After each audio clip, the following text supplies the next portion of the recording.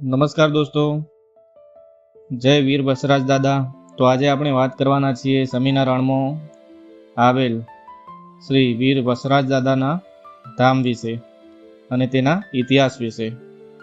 તો ચાલો જાણીએ વીર વસરાજ દાદાના મંદિરનો ઇતિહાસ. તો મિત્રો, આપણા દેશમાં ગાયોની રક્ષા કાજે કેટલાય વીર યોદ્ધાઓ વીરગતિ પામ્યા છે. જે પૈકીના ગાયોની રક્ષા કાજે લગ્નના બંધનમાં બંધાતા અધવચ્ચે ગાયો બચાવવાનો પોકાર પડતો જ પોતાની ઘડી પર સવાર થઈને યુદ્ધ મેદાને ઉતરેલા સોલંકી કુળના વીર વસરાજ દાદાના સ્થાનકે એટલે કે સમી તાલુકાના કોડધા નજીક આવેલ કચ્છના નાના રણમાં હાલમાં ચૈત્ર માસમાં 15 દિવસીય લોકમેળાનું આયોજન કરવામાં આવ્યું છે, જેને લઈને દરરોજ હજારો ભક્તો દર્શનાર્થે ઉમટી રહ્યા છે. તો બીજી તરફ ભક્તો માટે વઢિયાર યુવા સમિતિ દ્વારા 15 જેટલા સેવા કેમ્પોનું પણ આયોજન કરવામાં આવ્યું છે. તો ચાલો આ જોઈએ મંદિરનો ઇતિહાસ. તો એવી લોકવાયકા છે કે ચુવાણ પંથકના બેચરાજી તાલુકાના કાલરી ગામના ગૌપ્રેમી વસરાજ સોલંકીની જાન વર્ષો અગાઉ સમી તાલુકાના કુંવર ગામે પરણવા માટે ગઈ હતી. એક તરફ લગ્નના મધુર ગીતો સાથે વીર વસરાજ ચોરીના ફેરા ફરી રહ્યા હતા. તેવામાં લૂંટારુઓ ગાયોનું ધણ લૂંટવા માટે આવ્યા હોવાનો પોકાર સાંભળતો જ વસરાજ સોલંકી ચોરીના 3 ફેરા પૂરા કરી લગ્ન અધવચ્ચે છોડી રણમાં પહોંચી લૂંટારુઓના ટીમ ઢાળી ગાયોનું ધન બચાવી પરત ચોરીએ ચડ્યા હતા. અને ફરીથી ત્રીજો ફેરો શરૂ થતો જ દેવલબા ચારણ નામના મહિલાએ વસરાજ સોલંકીને હાકલ કરી હતી કે વસરાજ, બધી ગાયો બચાવી પરંતુ મારી વેગળ ગાય હજુ પરત આવી નથી. જેથી ફરીથી વીર વસરાજ સોલંકી પોતાની ઘોડી પર સવાર થઈને યુદ્ધ મેદાને રણમાં પહોંચ્યા હતા.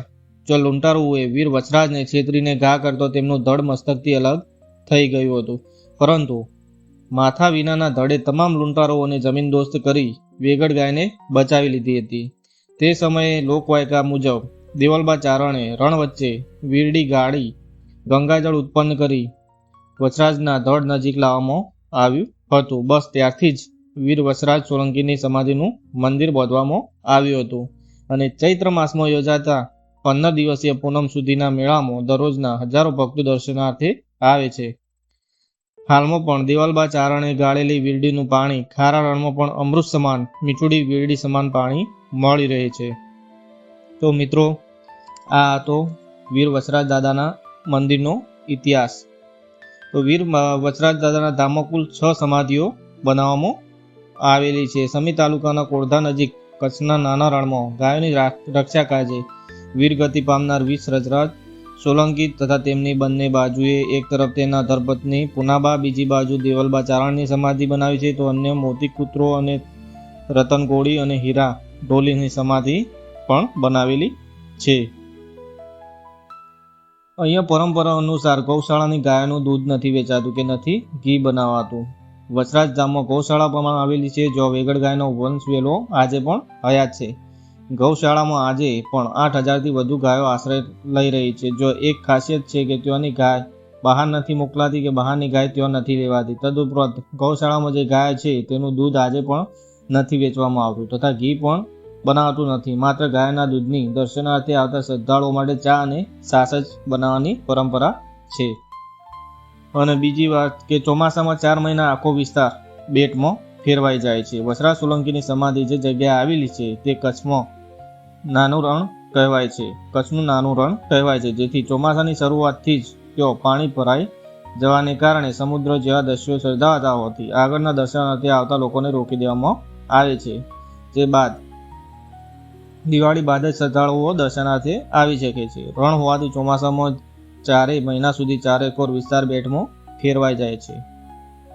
દેવલબા ચારણે વીરડો ગાળીને ગંગાજી પ્રગટેલા હતા તેની જાણીએ તો સોલંકી કુળના વીર યોદ્ધા વસરાજ સોલંકી જ્યારે વેગળ ગાયના ધારે ચડ્યા હતા તે સમયે લૂંટારો દ્વારા તેમનું કપટ કરી ધડ અલગ કરી દીધું, પરંતુ એકલા મસ્તક વિનાના ધડે તમામનો લૂંટારોનો નાશ કરી દીધો હતો. તે સમયે ત્યાં પહોંચેલા દેવલબા ચારણે ધડ અને મસ્તક એક કરીને નજીકમાં એક વીરડી ગાળીને તેમાંથી ગંગાજળ ઉત્પન્ન કર્યું હતું અને તે વીર વસરાજને છોટીને સજીવન કરી અને ચોરીનો અધૂરો ફેરો પૂરવા પૂરો કરવાનું કહેતા વીર વસરાજે ના પાણી દીધી હતી, પરંતુ ભારે સજાવટ બાદ તેમણે 4 ફેરા પૂરા કર્યા હતા.